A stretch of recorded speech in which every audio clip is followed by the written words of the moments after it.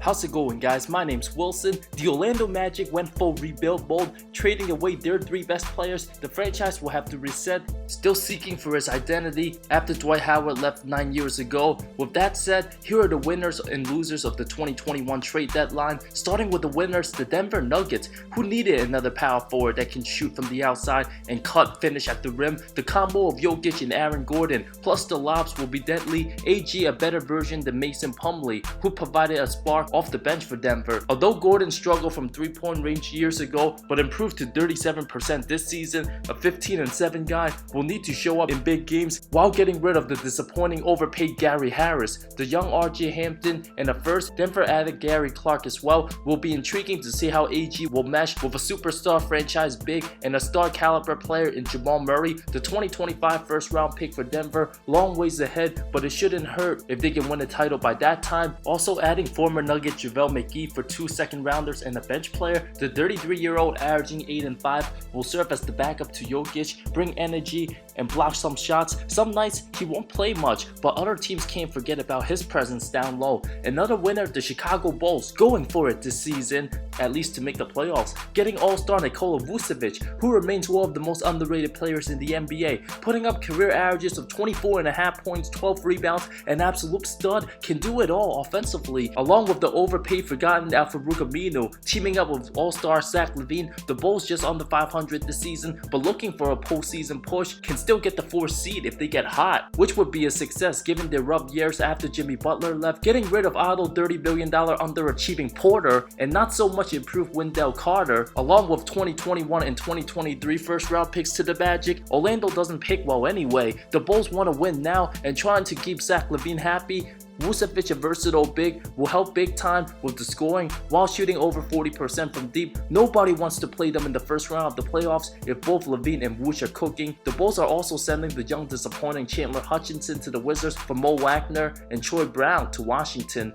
Winners, the Portland Trail Blazers, adding the improved and best version of himself. We see Norman Powell, who's been the best player on Toronto some nights, averaging 19.6 points first 42 games of the season. A legit sample size seeing how legit he is. Powell upped his game last season when he put up 16 a game with a team having the 2nd best regular season record, now shooting 44% from deep. Out of 64 players with at least 200 3-point attempts, Powell ranks 3rd in percentage behind Joe Ingles and Joe Harris, more established as a 27-year-old compared to the 22-year-old Gary Trent Jr., who also showed a lot of promise. Powell can excel in the 6-man role, which he has for a couple years in Toronto, get buckets, play hard. For a team that's been injury prone with role players getting banged up every year, already has a ring, expected to decline his $11.6 million option this offseason and become an unrestricted free agent, while Rodney Hood hasn't looked the same since his injury. Trading him away, no big deal. Powell should be able to help Lillard and McCollum and become the 3rd option. Winner, George Hill, which was only a matter of time before he leaves OKC, going to the contending Sixers, very familiar with the backup role as a solid player his whole career, can control the tempo, dish it out and shoot from deep. In a 3-team trade, Hill will back up Simmons, but also can play alongside him as well at the 2-guard spot. Winner, Evan Fournier, and the Boston Celtics in a better position now. One of the most underrated players in the game for a few years, the Frenchman can absolutely get buckets, averaging over 19 a game, a solid outside shooter, 6'7", can spot up, should be a better fit than Gordon Hayward of previous years of Boston. If Brad Stevens can figure out his rotation, his numbers will decline with the C's, but still look for him to average around 14 a game. The big concern, his lack of playoff production in the first round the last 2 seasons, averaged 12.6 points on 35% shooting, needs to be better than that. Now not one of the main options, will need to step up in crucial games. Winners, JJ Redick, going to Dallas, a nice knockdown shooter at the latter stages of his career, will provide a spark and get the Mavs points, knows how to get open, had his best seasons with elite playmakers in CP3 with the Clippers and Ben Simmons of Philadelphia, now having Doncic to find him a nice fit. Winners, the Miami Heat, getting former All-Star Victor Oladipo, his dream team, playing alongside Jimmy Butler, Bam Adebayo. Now Vic, the 3rd option, will be a role player. Miami also still have Duncan Robinson and Tyler Hero. Oladipo averaging averaging over 21 for the Rockets still look sharp. Miami, who knocked off Milwaukee last season, now should be even better. Clearly the second best team in the East behind a healthy Nets.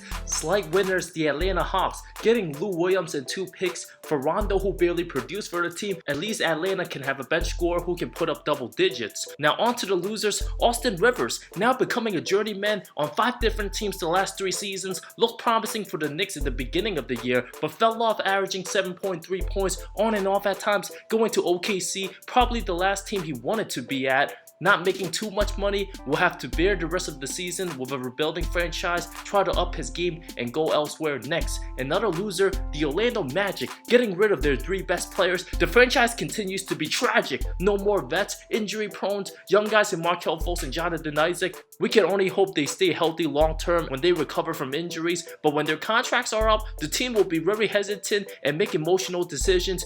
It's important to have vets for every young team and help the young guys. Now they'll be stuck on their own. Otto Porter also won't help much. Slight losers, the Los Angeles Clippers. Yes, I said it. Even though they needed a point guard in the worst way imaginable, Rondo's not the guy. They should have at least went after Kyle Lowry. Why the heck did they give up 2 second-round picks and cash alongside Lou Magic City Williams for a 35-year-old Rondo? Yes, Rondo is a 2-time champion and impactful in the playoffs last season with the Lakers, but his averages career low of 3.9 points, 3.5 assists this season, looks like a shell of himself, made no impact with the Atlanta Hawks. If playoff Rondo's still a thing, it can really benefit the Clippers, but they gave up a 3-time 6-man winner and 2 picks for a guy who averaged under 4 points a game. Rondo can't shoot it well either. The Clippers better pray playoff Rondo shows up. I mean pray, or else they're gonna get bounced in the second round. You would expect LAC to not have to give up the picks or get at least a couple more pieces, but they gave up too much in my opinion. Rondo also doesn't help the Clippers' offensive struggles when they get cold in the playoffs. I don't see them beating the Lakers, Nuggets, or Jazz in the postseason.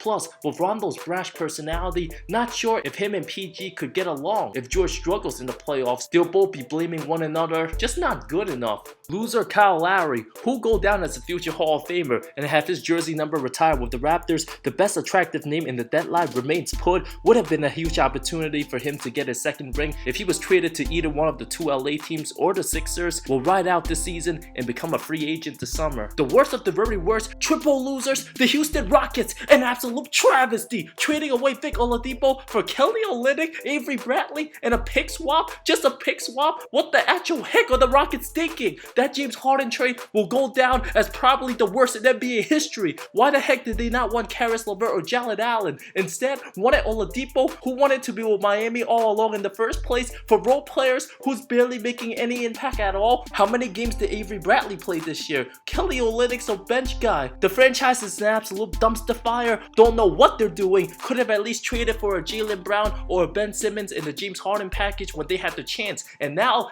this? Are you kidding me? What an absolute joke of a decision. I cannot believe how dumb the Rockets franchise are. My goodness gracious. Getting rid of the best regular season player the last 5 years for Avery, who barely plays. No wonder why the team lost 20 straight games. Once John Wall demands a trade, will the Rockets lose 30 straight this time? Lord have mercy. Those were my quick reactions to the winners and losers of the 2021 trade deadline. With LaMarcus Aldridge about to get bought out, he can be signed any minute now, so looking forward to that. Keep on watch on Andre Drummond as well. Thank you so much for watching this video. Subscribe for more content, more good stuff coming soon. I love all of you. See you next time.